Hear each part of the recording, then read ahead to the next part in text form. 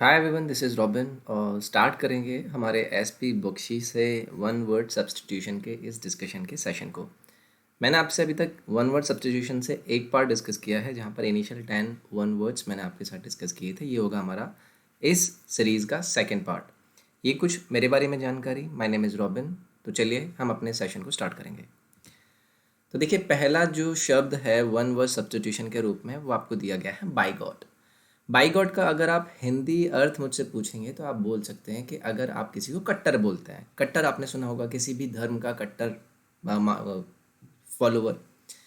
तो ऐसा कोई व्यक्ति जो कि भरा हुआ है ऐसे एंथुसियाज्म से, जो कि रिलीजियस मैटर्स में आपको फ़ायदे पहुंचाते हैं।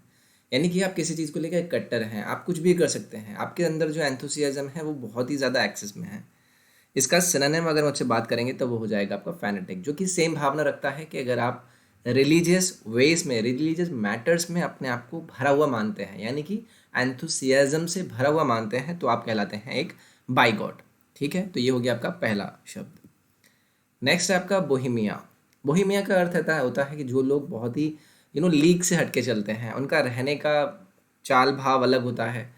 वो कुछ अनकन्वेंशनल करने की कोशिश करते हैं, चाहे वो उनका पहनावा हो, उनका रूटीन हो, उनका लोगों से डील करने का तरीका हो, उनका बात करने का तरीका हो। वो अपने आप को अलग बताते हैं कि मैं यहाँ से नहीं हूँ, मैं कहीं और से आया हूँ। ठीक है, बस वो अपने आप को ये दिखाते हैं कि I am out of the league, मैं एकदम अलग हटके हूँ, मेरे से जैसा कोई नहीं है।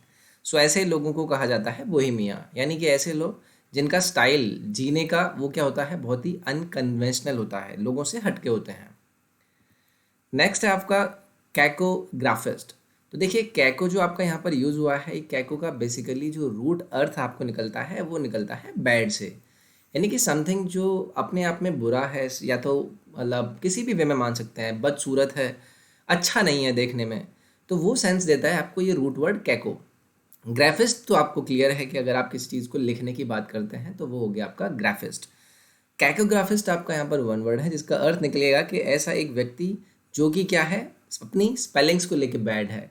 मतलब उसको ये नहीं पता है कि उसको स्पेल क्या कर रहा है, वो लिख क्या रहा है। समटाइम्स हम इसे इस तरीके से भी समझ सकते हैं कि उसकी हैंड राइटिंग ही गंदी है। ठीक है, तो कैकोग्राफिस्ट आपका यहाँ से हो जाएगा क्या, the one who is bad in spellings और writing is known as the cacographist. Next है आपका कैनिबल। कैनिबल का अर्थ अगर हिंदी में मैं आपको समझाने की बात करूं तो ये होते हैं आपके नरभक्षक। ऐसे लोग जो कि मनुष्य को मारकर खाते हैं वो होते हैं आपके cannibal. The one who feeds, यानी कि जो फीड करता है ह्यूमन फ्लैश को, यानी कि मानव मांस पे, ठीक है, मानव फ्लैश पे, तो वो होते हैं आपके कैनिबल, यानी कि नरभक्षक।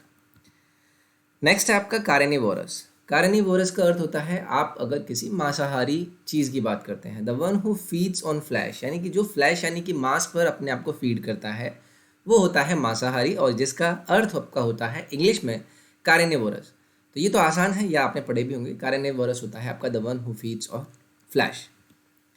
नेक्स्ट है आपका चाउविनिस्ट। चाउविनिस्ट अर्थ आपका ऐसे देता है, अगर मैं आपसे बोलूँ कि अंध राष्ट्रवादी लोग जो बहुत ही ज़्यादा एक्सट्रीम लेकर राष्ट्रवादी बातें करते हैं। आप कोई भी एग्जाम्पल अपने दिमाग में सेट कर सकते हैं कि ऐसे लोग जो कि अंध राष्ट्रवादी होते हैं, मेरा जो धर्म है, मेरा जो आइडिया है, मेरी जो कंट्री है, वो उसके पीछे किसी को नहीं समझते हैं, वो ब्लाइंडली डिवोट करते हैं अपने इस आइडिया को। सो कोई ऐसा व्यक्ति जो कि ब्लाइंडली डिवोटेड होता है किसी भी आइडिया को लेके, चाहे वो राष्ट्रवाद हो, धर्मवाद हो, कोई भी हो, उसको लेके जो अपना एकदम एक्सट्रीम एंथुसियाज्म अपने अंदर रखता है, वो कहलाते हैं आपके चाउविनिस्ट। नेक्स्ट है आपका कॉनिस्योर। कॉनिस्योर ये आपका देखिए स्पेलिंग में बहुत ज़्यादा पूछा जाता है, तो याद रखेंगे दो एन आपके यूज़ हुए हैं, उसके बाद ओ आई के बाद दो S, then E U R. तो कॉनिस्योर अर्थ आपका निकलता है ऐसे लोगों से जो कि बहुत अच्छे पारखी होते हैं। पारखी मतलब उन्हें चीज़ों की परख बहुत अच्छी होती है। एक ऐसा व्यक्ति जो कि बहुत ही अच्छा क्रिटिकल जज है किसी भी आर्ट का या फिर क्राफ्ट का। तो ऐसे लोग जो बहुत अच्छे पारखी होते हैं, चीज़ों को समझने में, उनको बारे में राय देने में वो बहुत ही ईजी फील करते हैं। They are a good acceptor of that thing, मतलब बहुत अच्छे से चीज़ों को समझते हैं वो। तो ऐसे लोगों को आप बोलेंगे क्रिटिकल जज of any art and craft, उसे आप बोलेंगे क्या, पारकी, यानी कि कॉनेस्यूर। नेक्स्ट है आपका कंटेम्प्रेरीज। कंटेम्प्रेरीज बहुत ही आसान है। देखिए अगेन ये जो शब्द है, ये स्पेलिंग के लिए आप ज़रूर याद रखेंगे।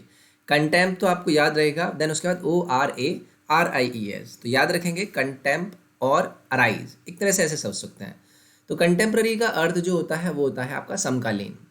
जो भी आपके समकालीन हैं, सपोज कीजिए मैं बात करता हूँ बुद्धा की, तो बुद्धा के समकालीन के बारे में चीज़ें पूछ ली जाती हैं कि बुद्धा किसके समकालीन थे। समकालीन मतलब सेम टाइम पर, सेम टाइम फ्रेम में कोई व्यक्ति अगर रह रहा है तो वो एक दूसरे के क्या होंगे, कंटेम्प्रेरीज होंगे। सो एक ऐसा व्यक्ति जो कि लिव रहता है कहाँ पर, सेम टाइम में, यानी कि the one who living in the same time is our contemporaries. Next है आपका कॉन्वेल्सेंट। कॉन्वेल्सेंट का अर्थ होता है अगर कोई व्यक्ति बहुत टाइम से बीमार चल रहा था, उसकी बहुत ज़्यादा हेल्थ इश्यूज रहते थे, but now he is gradually recovering, वो धीरे धीरे करके अपनी हेल्थ में इम्प्रूव कर रहा है, रिकवर कर रहा है किसी रोग से।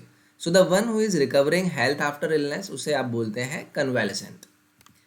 नेक्स्ट है आपका कोकेट। कोकेट का अर्थ होता है एक ऐसी स्त्री या औरत जो कि फ्लर्ट करती है आदमियों से। आम, ठीक है, मतलब समझ गए ना। और इसकी स्पेलिंग भी देखिए आपको जनरली पूछ ली जाती है। कोकेट याद रखेंगे, डबल टी आपका आता है। तो ये होता है आपका एक ऐसी लड़की या एक ऐसी औरत जो कि फ्लर्ट करती है किससे, आदमियों से, वो कहलाती है आपकी कोकेट।